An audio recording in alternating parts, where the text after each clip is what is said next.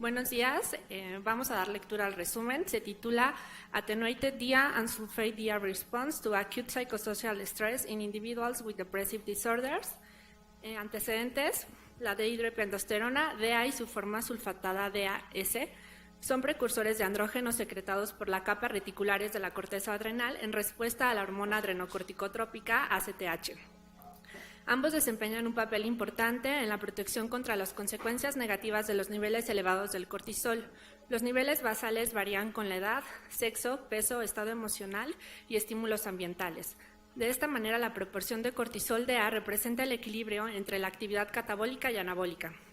En los últimos años, se ha formulado la hipótesis de que la respuesta esteroidea adrenal al estrés psicosocial agudo es una medida más sensible de evaluar la función del eje hipotálamo-hipófisis adrenal.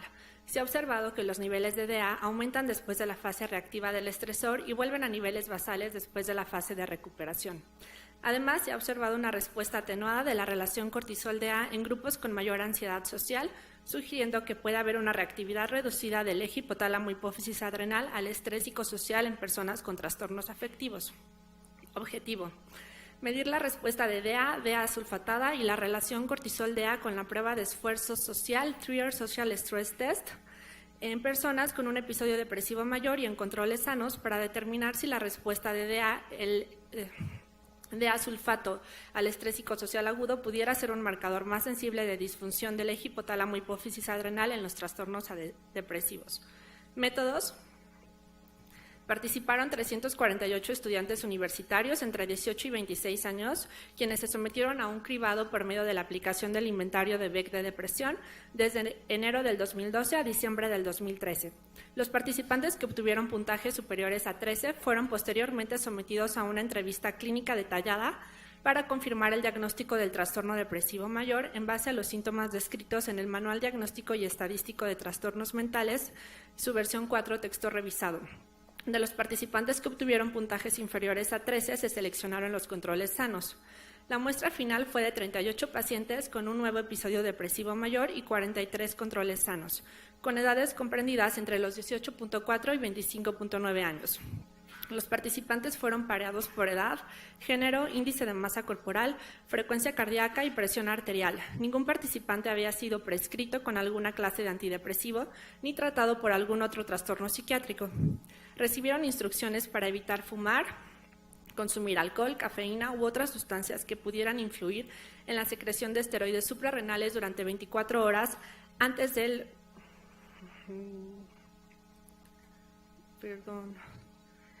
Antes de la prueba, el TSST. Las participantes mujeres fueron evaluadas durante la fase folicular del ciclo menstrual. El historial de enfermedades médico-psiquiátricas y el uso de medicamentos se evaluó cuidadosamente mediante la historia clínica.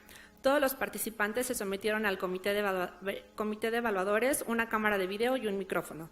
Las muestras salivales se recolectaron entre las 8 y 10 horas.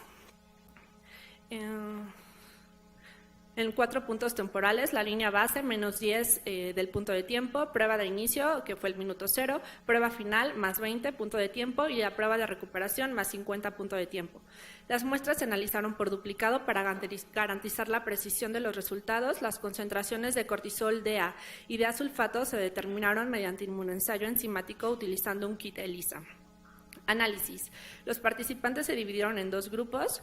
El grupo de depresión y el control. Se utilizó la prueba Kolmogorov-Smirnov para evaluar si los datos se distribuían normalmente. Los niveles hormonales suprarrenales basales se analizaron mediante la prueba T. Se realizó un análisis de varianza de 2 vías ANOVA para las medidas repetidas, para analizar los cambios durante la sesión experimental en las concentraciones de DA, DA sulfato, cortisol y el índice cortisol-DA. Se realizaron comparaciones post-hoc con el método Bonferroni. Por último, la correlación entre los valores delta de las hormonas adrenales y la severidad de la depresión en el grupo de depresión fue analizado con el coeficiente de correlación lineal de Pearson. Para todas las pruebas, un valor de P menos 0.05 fue considerado estadísticamente significativo. Resultados. Se obtuvieron datos válidos en 81 participantes, no se encontraron diferencias significativas en los niveles hormonales suprarrenales basales, ni en la edad, proporción de género, índice de masa corporal, frecuencia cardíaca y tensión arterial para ambos grupos. El nivel más alto de DEA y DEA sulfato se encontró en el punto más 20 para los grupos. DEA aumentó 68% en el control y 36% en el grupo de depresión. Los niveles más altos de cortisol y el índice cortisol DEA se encontraron en el punto más 50. Cortisol aumentó un 96% en el control y 88% en el grupo de depresión, mientras el índice cortisol DEA aumentó 112% en el control y 106% en el grupo de depresión. Además, se encontró un efecto significativo de interacción entre el tiempo y los niveles de DEA, con una P de 0.021 y DEA sulfato con una P de 0.048 en el punto más 20 y para el índice cortisol DEA con una P de 0.037 en el punto más 50, exhibiendo una correlación negativa con la severidad de la depresión. Esto implica una respuesta atenuada de DEA y de DEA sulfato al estrés psicosocial agudo en relación con la gravedad de la depresión. ¿Alguna pregunta al resumen? Bueno, entonces pasamos a la presentación.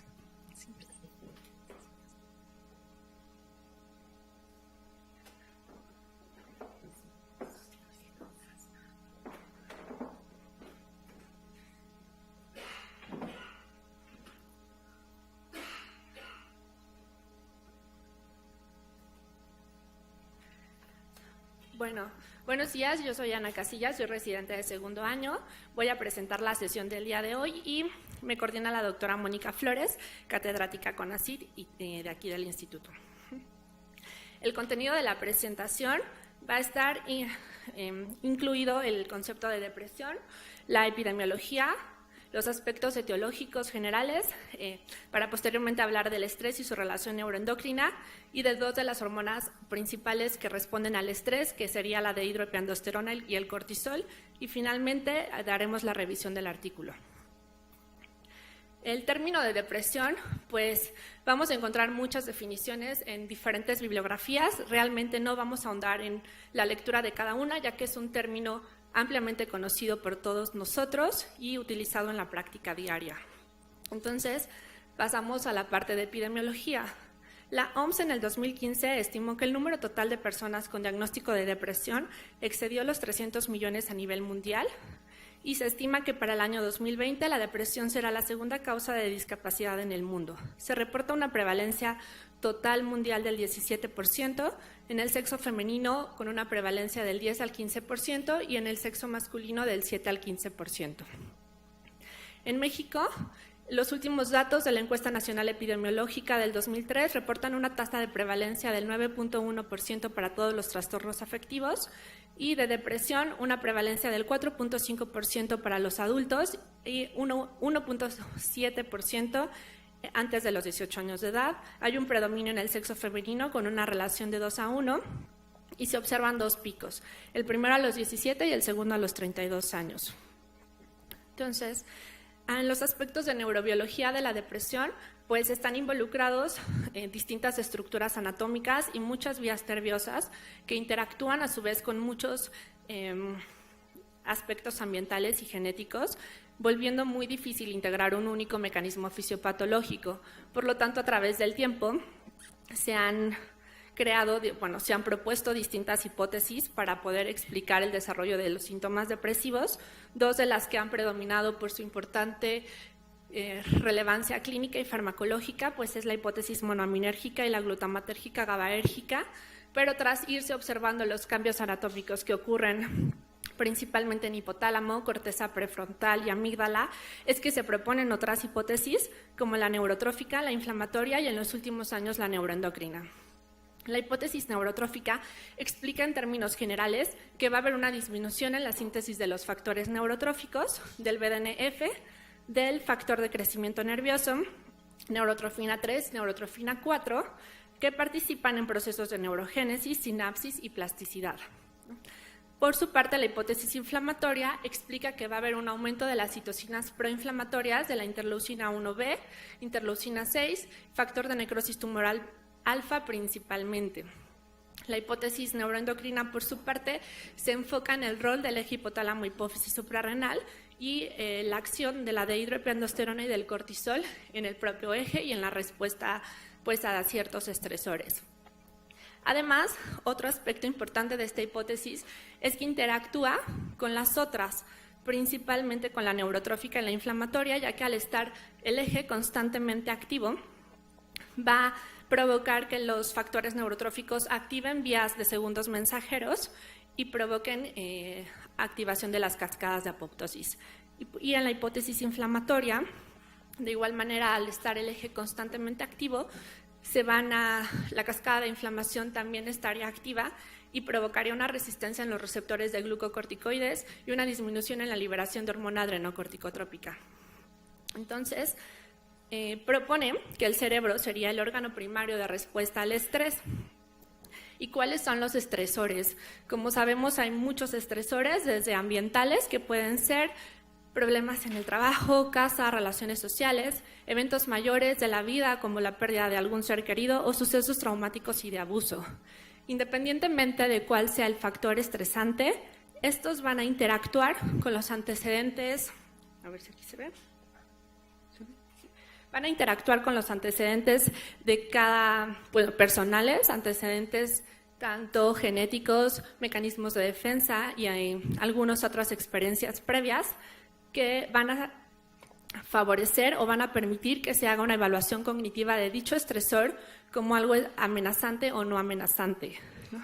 Y se generará una respuesta conductual por una parte y por la otra una respuesta fisiológica. La respuesta conductual la vamos a reconocer como el clásico fight or flight o algunos otros mecanismos no tan higiénicos, ¿no? Y la respuesta fisiológica está coordinada por la regulación del eje hipotálamo hipófisis adrenal y el rol de dos de las hormonas principales. De esta manera, DEA y cortisol representan el equilibrio entre la actividad catabólica y anabólica para superar dicho factor estresante y así alcanzar una respuesta adaptativa. Cuando esto no ocurre o el estresor es continuo o repetitivo, entonces se va acumulando cierta carga alostática que transforma dicha respuesta adaptativa en una con alto valor patológico. Y si repasamos el eje hipotálamo hipófisis suprarrenal, independientemente de cuál sea el factor endógeno o exógeno estresante, va a estimular a la liberación de hormona liberadora de corticotropina en hipotálamo, el cual se va a viajar por el torrente sanguíneo hacia la hipófisis anterior para la liberación de hormona adrenocorticotrópica y esta a su vez viajará hasta la corteza suprarrenal, específicamente a la zona fascicular para la liberación de cortisol. Y el cortisol será el encargado de desencadenar toda una respuesta a dicho estresor agudo. Cuando pase ese estresor, será el cortisol quien genere el biofeedback negativo hacia hipotálamo o hipófisis para apagar el eje. Si el eje no se apaga, entonces el cortisol seguirá estimulándose, seguirá liberándose, acumulándose y provocando los efectos neurotóxicos en el sistema nervioso y con la finalidad de mitigar dicho efecto es que se sintetiza dehidroepiandrosterona. Entonces, ambas hormonas son fundamentales en la respuesta al estrés, son además las más abundantes del sistema adrenocortical, ejercen funciones biológicas a través de un dinamismo antagónico y también funcionan como moléculas de señalización. La síntesis de ambas se lleva en la corteza suprarrenal, en la zona fascicular se sintetiza cortisol y en la zona reticular dehidroepiandrosterona. Ambas son, el precursor de ambas es el colesterol. El colesterol a través de la enzima citocromo P450C17 va a sintetizar pregnenolona y la pregnenolona por la enzima 3-beta-hidroxiesteroide 2 nos sintetizará progesterona. De aquí hay dos rutas. A través de pregnenolona, la 17-alfa-hidroxipregnenolona va a darnos dehidroepiandrosterona y de progesterona tendremos 11-desoxicortisol y cortisol. A su vez, dehidroepiandrosterona se puede sintetizar en una segunda hormona que sería su éster sulfatado y por una sulfatasa puede ser reversible. La forma sulfatada de DEA es el principal reservorio de únicamente DEA, ¿no? Esta vía es la responsable del 80% de la síntesis de dihidroepiandrosterona, ya que el 20% se obtiene de tejidos periféricos como cerebro, testículo y ovarios, donde se sintetiza a partir de pregnenolona por el citocromo P450-17. La síntesis también a lo largo de la vida es muy variable. Al nacimiento, la zona reticular de la corteza suprarrenal está prácticamente indiferenciada, por lo tanto los niveles de DA están muy bajos, casi en cero, y van aumentando gradualmente hasta los 8 o 10 años de edad, cuando la zona empieza a diferenciarse, y esto coincide con el pico de la adrenarquia, y empiezan a elevarse, ¿no? Gradualmente hasta los 20-30 años, que alcanzan su pico máximo, para descender y alcanzar el pico más bajo a partir de los 60 o 65 años de edad, que es también la edad en la que coincide con el pico de la mayor prevalencia de las enfermedades del envejecimiento. Entonces, la liberación y los niveles a lo largo del día son muy variables. Bueno, en cortisol sí se ve como la curva clara del ritmo circadiano, en el que alcanza su pico máximo a las 8:30 de la mañana, tiene otros 2 picos a las 12 y a las 6 de la tarde y un pico bajo claramente a las 12 de la noche. Con DEA ocurre algo distinto. Es la única hormona que lleva un patrón cíclico único, diferente al resto de las hormonas. No encontré como tal la gráfica de cómo es la liberación de DEA en el día, pero es muy paralela a la de ACTH. También hay un pico máximo a las 8 de la mañana más o menos, y a lo largo del día es muy fluctuante, ya no hay ningún pico bajo, ¿no? Ni como lo vemos en el cortisol, y se observa otro pico muy parecido al de cortisol más o menos a las 4 o 6 de la tarde. Esto hace muy difícil su medición y la determinación de los niveles. El mecanismo de acción, ambas ejercen acciones en todo el cuerpo por mecanismos genómicos y no genómicos, ¿no? Del cortisol está bien descrito que se une a 2 receptores específicos, los de alta afinidad o de mineralocorticoides, que es donde se inicia la respuesta al estrés, y los glucocorticoides o de baja afinidad, que es a los que se une durante toda la respuesta al estrés.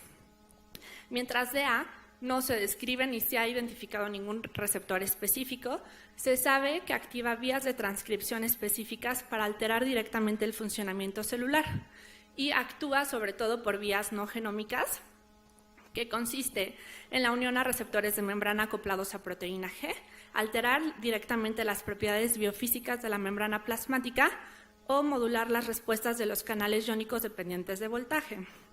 A través de estos mecanismos es que afecta actividades de varios sistemas de neurotransmisores, circuitos relacionados con procesos de recompensa, regulación de las emociones y funciones ejecutivas.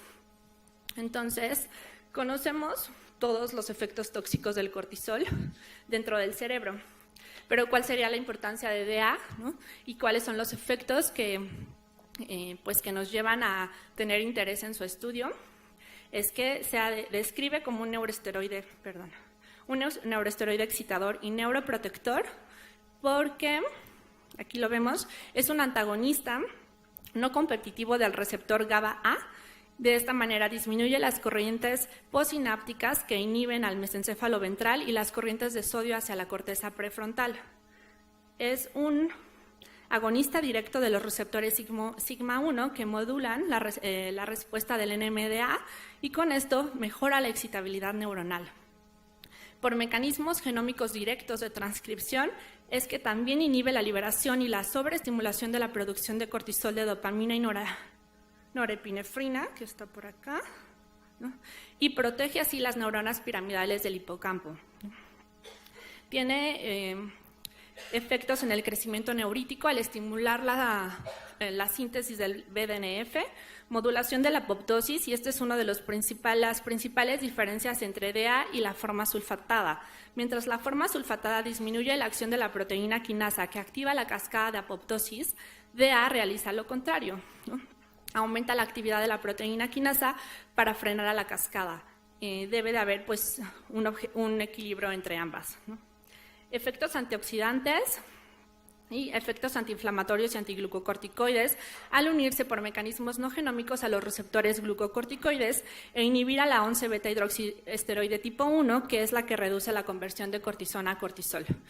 Todas estas respuestas se espera que se activen ante un estrés agudo y son las que se suponen o creemos que pudieran estar atenuadas en problemas de estrés crónico.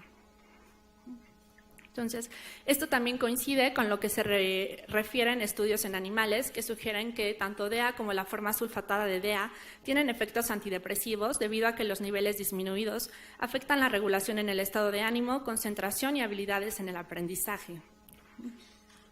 Las acciones en conjunto permiten coordinar respuestas fisiológicas y psicológicas al estrés. Algo que es importante aclarar es que DEA no es una hormona protectora contra el cortisol, sino que la respuesta atenuada de DEA vuelve al tejido neural mucho más sensible a los efectos tóxicos del cortisol, ¿no? Y la capacidad de elevar DEA y la forma sulfatada de DEA a largo plazo pudiera ser un mecanismo neurobiológico adaptativo que regule funciones adrenocorticales y mitigue algunos de los efectos negativos del estrés crónico. Entonces, vamos a pasar a la revisión del artículo, que se titula Attenuated DEA and Sulfate DEA Response to Acute Psychosocial Stress in Individuals with Depressive Disorders. Fue publicado en el 2017 en la revista Journal of Affective Disorders y tiene un factor de impacto de 2.053. Los autores se basan en la evidencia que existe de una reactividad reducida del eje hipotálamo-hipófisis suprarrenal al estrés psicosocial en individuos con trastornos psicosomáticos, así como la respuesta atenuada de DEAs en individuos con colon irritable y mayor ansiedad social, para suponer que pudiera haber una respuesta normal también de DEA, su forma sulfatada y el índice cortisol DEA, y resultar como un biomarcador. Fueron dos objetivos principales. El primero fue medir la respuesta de DEA, su forma sulfatada y la relación cortisol-DEA ante una prueba de esfuerzo social, el Trier Social Stress Test, en personas con un episodio depresivo mayor y en controles sanos para identificar su relación. Y el segundo fue evaluar si la respuesta de DEA, la forma sulfatada de DEA al estrés psicosocial agudo, pudiera ser un marcador más sensible de disfunción del eje hipotálamo-hipófisis suprarrenal en los tejidos depresivos. Se reclutaron 348 estudiantes universitarios entre 18 y 26 años.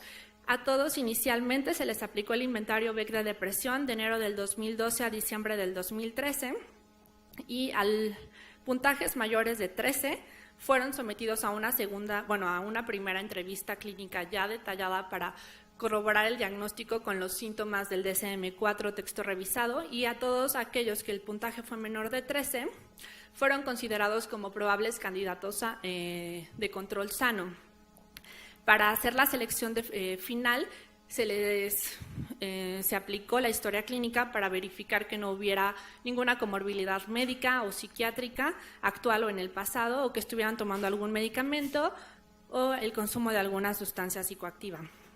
Así se dividieron en dos grupos: el grupo de depresión, conformado por 38 pacientes, y el grupo control, conformado por 43 personas sanas. La muestra total fue de 81 participantes y al grupo de depresión se evaluó la severidad con otra escala de Beck de depresión. Entonces, metodología. Tuvieron un rango de edad entre 18 y 26 años. Los dos grupos fueron pareados por edad, sexo, índice de masa corporal, tensión arterial y frecuencia cardíaca. Ninguno recibió tratamiento psiquiátrico previo y todos recibieron instrucciones para evitar fumar, consumir alcohol, cafeína u otras sustancias 24 horas antes de la prueba. Se sometieron a la prueba de estrés Trier Social Stress. Esta consiste en exponerlos a 3 factores estresantes. La primera es simular una entrevista de trabajo, la segunda es un discurso dirigido previamente estructurado y la última una tarea aritmética mental. Fueron evaluados frente a un comité de 2 hombres y una mujer, un micrófono y una cámara de video. Para minimizar las variaciones circadianas, la prueba se inició a las 8 de la mañana.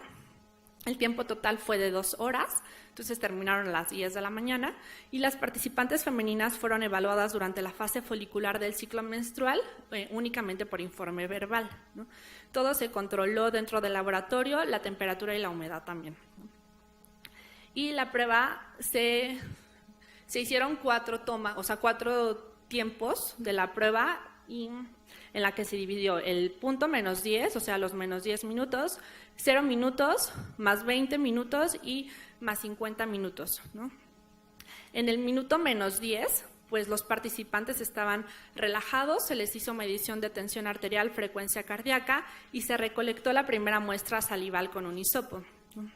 Se les dio un descanso de 10 minutos y justo antes del inicio de la prueba es que se recolecta la segunda muestra salival, ¿no? La prueba tiene un tiempo de 20 minutos, la entrevista de trabajo simulada duró 10 minutos, el discurso dirigido 5 minutos y la tarea aritmética mental otros 5 minutos.